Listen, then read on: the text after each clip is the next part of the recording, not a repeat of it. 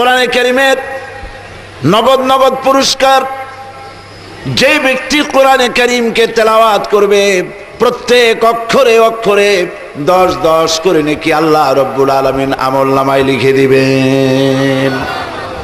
আলিফ লাম মিম একটি অক্ষর নয়, আলিফ হারফুন, লাম হারফুন, মিম হারফুন, 3টি অক্ষর কেউ তেলাওয়াত করলো 30টি নেকি সঙ্গে সঙ্গে আল্লাহ পাক আমলনামার মধ্যে লিখে দিবেন। সুবহানাল্লাহ।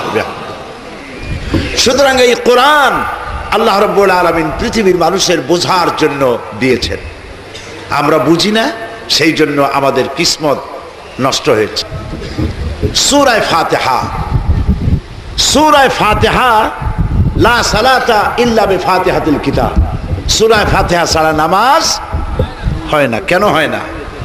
কারণ কি সেটা আমাদেরকে বুঝতে হবে। সূরা ফাতিহা হচ্ছে কোরআনে কারীমের মধ্যে, সূরা ফাতিহা দিয়েই কোরআন শরীফকে শুরু করা হয়েছে, যাকে বাংলায় বলা হয়, এটাকে বলা হয় প্রারম্ভিকা, যা দিয়ে ওপেন করা হয়, শুরু করা হয়। নইলে কোরআন শরীফের ধারা বিন্যাস ওহি যেভাবে নাজিল হয়েছে প্রথম, ওইভাবে যদি সূরাগুলি বিন্যস্ত করা হতো তাহলে প্রয়োজন ছিল সূরা আলাক দিয়ে কোরআন শরীফকে শুরু করা, কিন্তু তা করা হয়নি। কোরআনে কারীম কিভাবে বিন্যস্ত হবে, সূরাগুলি কিভাবে সাজানো হবে, তার ডিরেকশন দিয়েছেন আল্লাহ রাব্বুল আলামিন। সুবহানাল্লাহ বলুন। এর অথেন্টিসিটি, এর অরিজিনালিটি, এর পিউরিটি এমনভাবে সংরক্ষিত হয়েছে, একটি অক্ষর এদিক ওদিক যাওয়ার কোনো সুযোগ নাই। আপনারা জানেন কোরআনে কারীমের মধ্যে মোট সূরা সংখ্যা কয়টা? 114টা। প্রত্যেকটি সূরার শিরোনামে বিসমিল্লাহির রহমানির রহিম আছে, একটাই নাই। কোনটা? সূরা তাওবা। কেন নাই? কারণ হচ্ছে আল্লাহ রাব্বুল আলামিন যখন তার স্পেশাল মেসেঞ্জার রূহুল আমিন শাদীদুল কুওয়া হযরতে জিবরাইল আলাইহিস সালামকে যখন ওহী দিয়ে পাঠিয়েছেন এই সূরা, তখন আল্লাহ পাক নিজেই বিসমিল্লাহ বলেন নাই। আর যখন হযরতে জিবরাইল এটাকে অবতীর্ণ করেছেন, তিনিও বিসমিল্লাহ বলেন নাই। যখন নবী করিম সাল্লাল্লাহু আলাইহি সাল্লাম এটাকে পেশ করেছেন কাতেবে ওহী, তাদেরকে লিখতে বলেছেন, তখন তিনি বিসমিল্লাহ পড়েন নাই। এতটা অরিজিনালিটি, অথেন্টিসিটি রক্ষা করা হয়েছে। একটি শব্দ, একটি অক্ষরের কোনো ব্যতিক্রম হয় নাই। আল্লাহ পাকের কাছ থেকে যেভাবে নাজিল হয়েছে ওইভাবে গোটা বিশ্ববাসীর কাছে মাহফুজ আছে, থাকবে ইলা ইয়াউমিল কিয়ামা। আল্লাহ রাব্বুল আলামিন বলেন, ইন্না নাহনু নাযালনা যিকরা ওয়া ইন্না লাহু লাহাফিজুন। কোরআন নাজিল করেছি আমি আল্লাহ, আর এর সংরক্ষণের দায়িত্ব আমি আল্লাহ গ্রহণ করেছি। কোরআন হেফাজতের দায়িত্ব কার? সবাই বলুন। আল্লাহ পাক হেফাজত করার দায়িত্ব নিয়েছেন। তাই সমস্ত কিতাবগুলি, সকল জাতির ধর্মীয় পুস্তকগুলি সব উল্টাপাল্টা হয়েছে, তারমিম তাহরিফ হয়েছে, পরিবর্তন হয়েছে। কোরআন শরীফের কোনো পরিবর্তন আজও হয় নাই, ভবিষ্যতে হওয়ার সম্ভাবনা আছে নাকি? ভবিষ্যতেও সম্ভাবনা নাই। কারণ হেফাজত করতেছেন কে? চিল্লায় বলুন। আল্লাহ পাক হেফাজত করছেন। মাতৃভাষা নয়, অথচ মুখস্থ করেছে একটি কিতাব। এই ধরনের কোন কিতাবের নাম আপনারা জানেন? কোরআন শরীফ কোন ভাষায় বলেন? আমাদের ভাষা কি? যারা ইংল্যান্ডে বাস করে তাদের ভাষা কি? যারা ফ্রান্সে বাস করে তাদের ভাষা কি? যারা পাকিস্তানে বাস করে তাদের ভাষা কি? হাজারো ভাষার লোক। কোরআন শরীফ মাতৃভাষা নয়, অথচ গোটা কোরআন মুখস্থ করেছেন। আল্লাহ পাক বলেন, কোরআন মুখস্থ করা আমি আল্লাহ সহজ করে দিয়েছি। এই যে ছেলেদের মাথায়, হাফেজে কোরআনদের মাথায় পাগড়ি পরানো হলো, 8 বছর 7 বছরের বাচ্চা ছেলে মেয়ে হাফেজে কোরআন হয়েছে। আমার কাছে মনে হয়েছে যেন প্রশান্ত মহাসাগর, আটলান্টিক মহাসাগর দ্বারে ধরিয়া আল্লাহ পাক ঝিনুকের মধ্যে ঢুকাই দিয়েছেন। সুবহানাল্লাহ, সুবহানাল্লাহ। সূরা ফাতিহার 7টি আয়াত যদি কেউ বোঝে, আমল করে, জাহান্নামের 7টি জাহান্নামের দরওয়াজা তার জন্য বন্ধ হয়ে যাবে। বিশাল, এটি বলা যায় অ্যাড্রেস অফ ওয়েলকাম। এটি হচ্ছে অভিনন্দন পত্র, যে অভিনন্দন পত্র প্রদান করা হচ্ছে বান্দার পক্ষ থেকে আল্লাহর দিকে। শিখাইছেন কে? আল্লাহ নিজেই। এর মধ্যে 3টি অংশ আছে। প্রথম অংশ হাদ, প্রশংসা। দ্বিতীয় অংশ পরিচিতি, এই প্রশংসাপত্র কারা পেশ করছে। তৃতীয় অংশ হচ্ছে ডিমান্ড, কি চাই, প্রশংসা করে চাও কি। সূরা ফাতিহা যদি বুঝতে পারি, আমল করতে পারি, জিন্দেগীর জান্নাতে যাওয়ার রাস্তা প্রশস্ত হয়ে যাবে। আলহামদুলিল্লাহ বলি। শুরুই হচ্ছে কি বলে? আলহামদুলিল্লাহি রাব্বিল আলামিন। পড়েন সবাই আমার সাথে, আলহামদুলিল্লাহি রাব্বিল আলামিন। হাম, প্রশংসা। আলিফ লাম দিয়ে, হামদের আগে আলিফ লাম বসানো হয়েছে। এই আলিফ লাম দিয়ে বোঝানো হয়েছে প্রশংসা বলতে যা কিছু বুঝায় সমস্ত প্রশংসা কার জন্য? চিল্লায় বলুন। সমস্ত প্রশংসা হচ্ছে আল্লাহর জন্য। আর প্রশংসা হয় সুন্দরের, অসুন্দরের কোনো প্রশংসা হয় না। মন্দের কোনো প্রশংসা হয় না, মন্দের হয় নিন্দা। সুন্দরের হয় প্রশংসা। আল্লাহর চাইতে সুন্দর আর কেউ না। আলহামদুলিল্লাহি রাব্বিল আলামিন। তো প্রশংসা হচ্ছে আল্লাহর জন্য। তিনি কে? তাকে চেনা দরকার। এখন আল্লাহরে চিনবেন কি করে? তাকে তো দেখা যায় না। আপনারা কি দেখতে পান আল্লাহকে? কেউ কোনোদিন দেখতে পেয়েছে? মুসা আলাইহিস সালাম বলেছিলেন, রব্বি আরিনি, আয় আল্লাহ আমি তোমারে দেখতে চাই, আমার রব আমি তোমারে দেখতে চাই। আল্লাহ পাক সাফ বলেছেন, লান তারানি, কখনোই দেখতে পাবে না।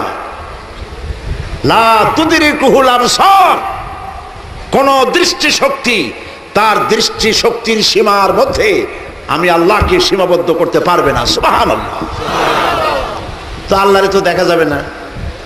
কেমন সুন্দর তিনি, কেমন স্রষ্টা তিনি, তা বুঝবো কি করে? বোঝার জন্য আল্লাহ পাক বলছে, দেখো আমাকে বোঝার জন্য আমি অনেক পথ করে রেখেছি, আমার চেনার জন্য পথ করে রেখেছি। কি পথ? আল্লাযীনা ইয়াযকুরুনাল্লাহা কিয়ামান ওয়া কুউদান ওয়া আলা জুনুবিহিম। এই আয়াতের আগে আল্লাহ পাক বলছেন, ইন্না ফি খালকিস সামাওয়াতি ওয়াল আরদি ওয়া ইখতিলাফিল লাইলি ওয়ান নাহার লাআয়াতিন লিউলিল আলবাব।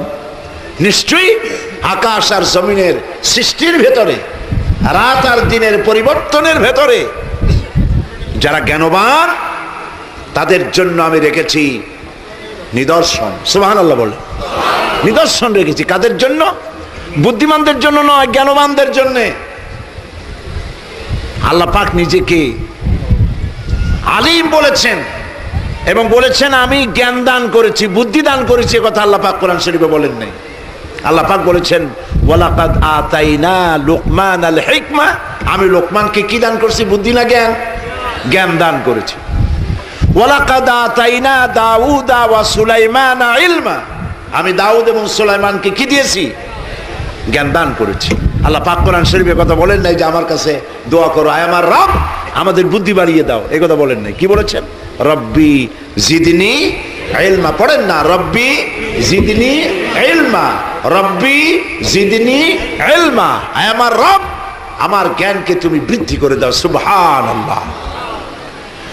আকাশ কিভাবে সৃষ্টি হলো, জমিন কিভাবে সৃষ্টি হলো, রাত আর দিনের পরিবর্তন কি করে হয়, এগুলির মধ্যে রয়েছে জ্ঞানবানদের জন্য নিদর্শন। জ্ঞানবান কারা? এই আয়াতের ব্যাখ্যা সামনে।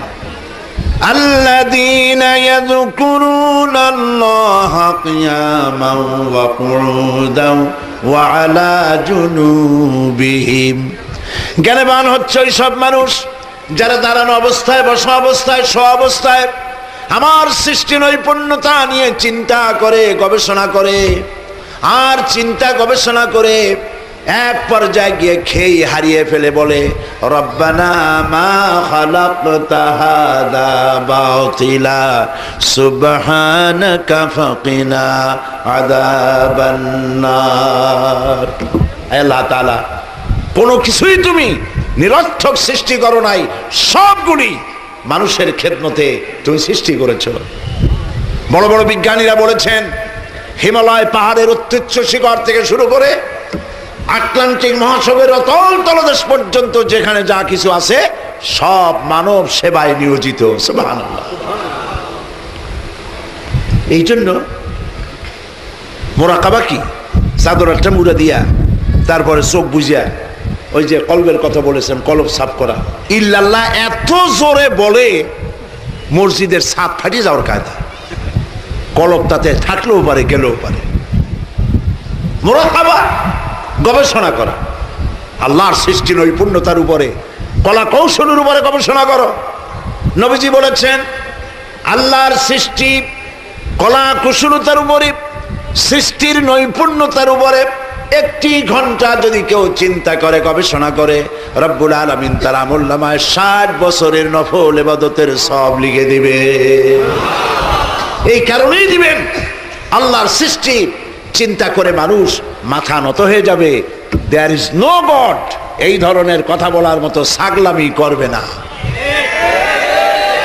ছাগলেরাই বলে দেয়ার ইজ নো গড, স্রষ্টা বলতে কেউ নেই। আর বলে কি পাগলের মতো, আনসিন ইজ নাথিং, যা দেখি না তা বিশ্বাস করি না।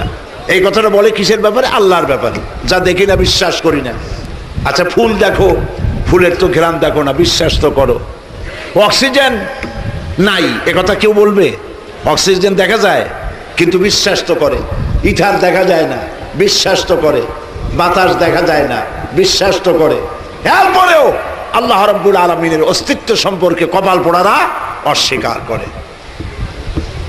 সুতরাং সৃষ্টির ভিতরে মানুষ যদি চিন্তা করে, গবেষণা করে, মাথা নত হয়ে যাবে।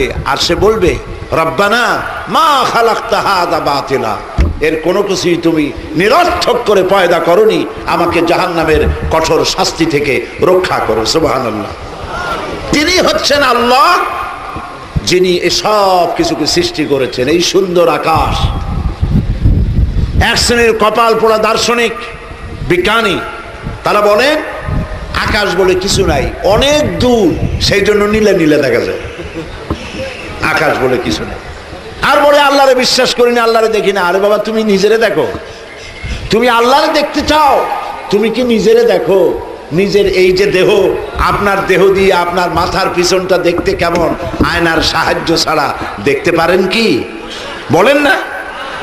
আপনার পিঠ কেমন, আয়নার সাহায্য ছাড়া দেখতে পারেন? বেটা নিজের শরীরে নিজে দেখো না, আয়না ছাড়া।